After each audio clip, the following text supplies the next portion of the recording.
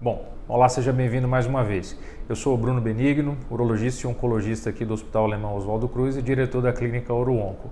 Esse vídeo é para você que fez radioterapia e o seu PSA passou a subir depois do tratamento, ou se você é um homem que está considerando entre fazer cirurgia ou radioterapia e quer saber quais são as vantagens, os riscos e os benefícios e como saber se o câncer pode ou não voltar depois da radioterapia, esse vídeo é para você. Ok? Então fique comigo até o final. Bom, primeiro diferenciar radioterapia e cirurgia para retirada da próstata, que é a prostatectomia. Na cirurgia, claro, a próstata ela é removida completamente junto com as vesículas seminais. Já na radioterapia, a próstata não é removida, então essa é a primeira diferença. A radioterapia não é cirurgia. Outra diferença importante, na cirurgia é um evento único, né? Então você vai no hospital, retira a próstata e vai para casa no dia seguinte. Já a radioterapia ela é feita em aproximadamente 25 a 30 sessões. Por que isso? Porque a radioterapia nada mais é do que radiação, né? Uma espécie de radiação que é aplicada na sua próstata e essa radiação ela tem que atravessar os tecidos sadios até destruir. Eu sempre gosto dessa analogia aqui, então imagina que aqui esse recipiente é a bexiga, aqui é a próstata e aqui está a uretra. A radiação ela tem que atravessar o corpo e ser focalizada nessa parte branca aqui, que seria a próstata, né? E com o passar dos meses depois da radioterapia, as células da próstata normal e do câncer, elas vão morrer, elas vão murchar. Por quê? Porque a radioterapia nada mais faz do que destrói os vasos sanguíneos que estão dentro daquele órgão. Então, a radioterapia faz com que a próstata vá diminuindo e com o passar do tempo o PSA também vai caindo. Então, essa é uma outra diferença. Homens que retiram a próstata, o PSA ele cai rápido. Em mais ou menos 30 dias depois da cirurgia, o PSA vai para níveis menores do que 0,2. Já a radioterapia, o PSA pode demorar até 1 ano para atingir o menor valor depois do tratamento. E esse valor para homens que fazem radioterapia é muito importante. Nós chamamos de PSA nadir, ou seja, o menor valor de PSA. Por que eu expliquei toda essa história? Porque para você entender por que o câncer, por que o PSA pode voltar a crescer depois de uma radioterapia, é importante você entender esse conceito. Então, digamos que um homem tinha um PSA de 5 antes da radioterapia, fez a rádio. 1 ano depois da radioterapia, o PSA dele saiu de 5 e foi para 0,5. Percebam que esse é o menor valor que ele atingiu depois da rádio. Então, o PSA nadir dele é 0,5. E 0,5 para um homem que fez radioterapia é considerado muito bom. Mas para um homem que retirou a próstata, isso não seria bom. Por quê? Porque se o homem tivesse retirado a próstata, o esperado era que o PSA dele fosse menor do que 0,2. Então, essa é uma diferença fundamental entre homens que retiraram a próstata e os homens que fizeram a radioterapia. O PSA nunca cai para um valor tão baixo pós a radioterapia. Bom, então imagina nesse exemplo o homem que tinha um PSA de 5 e foi para 0,5. E aí ele passou a acompanhar com o urologista dele a cada 3 meses, lá por 2 até 5 anos de pós-tratamento. E aí, digamos que 2 anos depois da cirurgia, o PSA dele, que era de 0,5, começou a subir. Foi para 0,6, para 0,8, para 1,2. E ele começa a ficar preocupado, será que o câncer de próstata voltou? Né? Eu não sinto nada, eu não tenho nenhum desconforto. Como é que nós médicos sabemos que o câncer voltou depois da radioterapia? Então, o primeiro conceito, o PSA tem que cair para o menor valor possível. Segundo, se o seu PSA, que era de 0,5, aumentou em 2 pontos, ou seja, ele foi para 2,5, que é o nadir, 0,5, mais 2. Nesse cenário, o médico vai suspeitar de que o câncer possa ter reativado.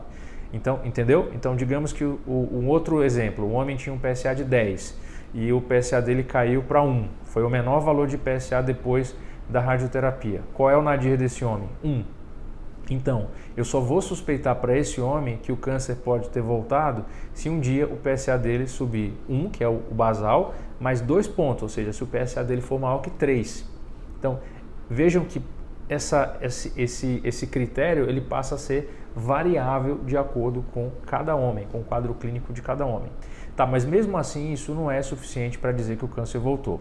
Existem basicamente 3 formas de investigar se a doença voltou. Primeiro, o médico vai fazer o exame de toque retal para ver se tem algum nódulo dentro da próstata. Segundo, ele vai fazer um exame chamado ressonância magnética para ver se está crescendo algum nódulo dentro da próstata depois da radioterapia. E terceiro, ele pode fazer um exame de imagem de alta resolução chamado cintilografia ou então o PET scan com PSMA. Para que isso? Para identificar de fato se existe algum foco de doença ativa de câncer dentro da próstata que já fez a radioterapia ou mesmo fora da próstata, né, que seria um foco de metástase.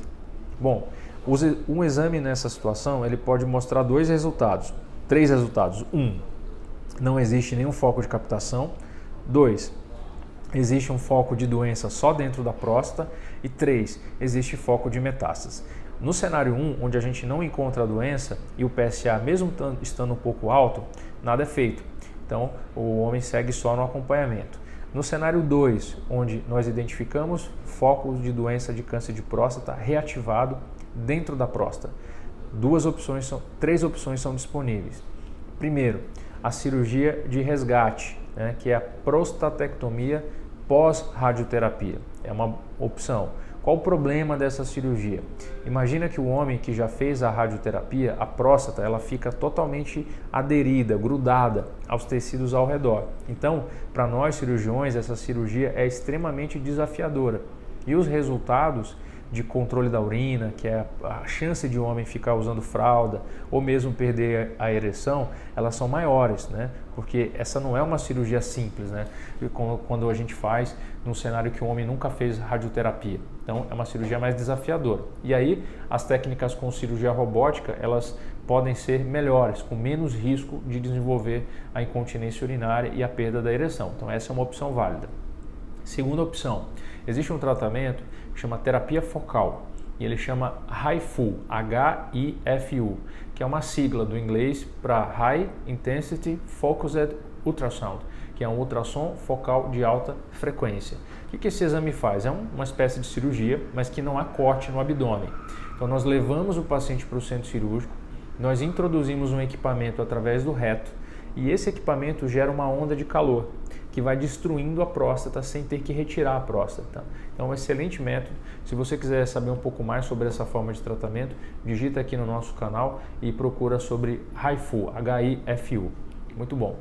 Terceira possibilidade, bom, não vai fazer cirurgia, não tem disponibilidade, não tem acesso a esse tratamento HIFU, a opção é o uso de bloqueadores de testosterona, que apesar de não serem uma estratégia cirúrgica, mas eles podem trazer efeitos colaterais, né? Porque eu não vou destruir totalmente o câncer de próstata, mas eu tiro o combustível da doença, que é a testosterona. E o que acontece? Essas células do câncer de próstata vão ali regredindo, murchando.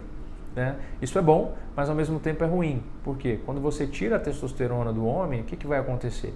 Ele pode perder concentração, ele pode perder massa muscular, ele pode ganhar peso, ele pode ficar com indisposição, ele pode perder a libido, que é a vontade de ter relação, pode ter impacto na questão da ereção, na qualidade da ereção. Então, o bloqueio de hormônio é um tratamento de exceção, quando o homem não deseja fazer a cirurgia, quando o homem não tem acesso por algum motivo ao HIFU, e aí resta a opção do tratamento de bloqueio hormonal.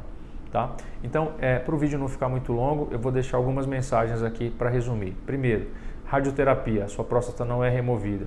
Segundo, a radioterapia, embora seja uma excelente opção de tratamento, não é uma boa opção para homens jovens com até 75 anos. Porque se a doença volta, as opções de tratamento depois da radioterapia, elas são limitadas e a recuperação do paciente pode ser mais difícil. Então, nós cirurgiões tendemos a escolher a cirurgia para o tratamento de início e deixar a radioterapia apenas no cenário em que a doença tenha voltado e não fazer o inverso. Fazer a radioterapia primeiro e esperar para tentar fazer uma cirurgia depois que a doença voltou. Homens que fazem a radioterapia nunca têm um PSA tão baixo quanto os homens que fazem a cirurgia. O PSA desses homens, geralmente que foram operados, é um PSA menor e isso deixa mais fácil para fazer o acompanhamento no pós-operatório.